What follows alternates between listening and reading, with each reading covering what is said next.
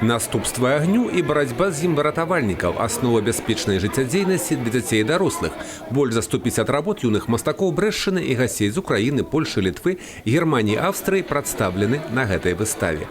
І гэта толькі частка ўсяго работ звыш 300, але магчымасці выставачнай залы не дазваляюць паказаць адразу ўсё. Ужо другі раз удзельнічае ў падобнай выставе юная мастачка з Брэсцкага раёна Марыя Вагера і знаходзіць у гэтай тэме для сябе крыніцы натхнення. Мне очень хотелось изобразить в своих работах стихи как бы в виде людей.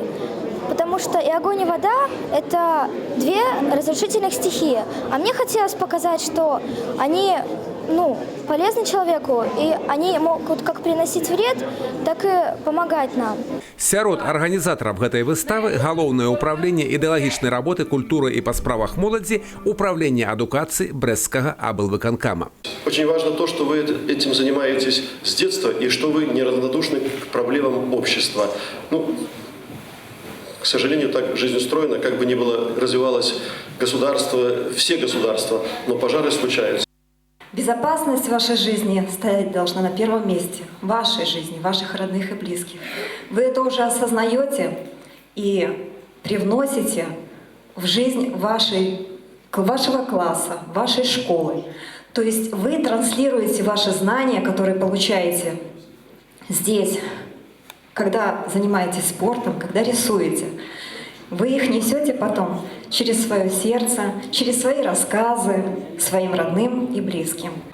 Па рашэнні арганізатараў ацэнка дзіцячых работ на гэтай выставе праводзіцца не будзе. Пасля тыдня экспазіцыі ў абласным цэнтры малюнкі да канца года ўбачаць і жыхары многіх населеных пунктаў Брэшчыны. Целью прежде всего показать нашим детям взгляд их сверстников на проблему безопасности, так как видят они. Почему? Потому что надо понимать, что в каждой стране есть свои определенные особенности, и даже посмотревши на эти рисунки, можно сразу определить, что это рисунок, скажем, не белорусский, а этот рисунок, скажем, не украинский. И аналогично это подчеркивает национальные особенности, но при этом расширяет, скажем, диапазон. Юрий Печер, Юрий Плинда, телерадиокомпания «Брест».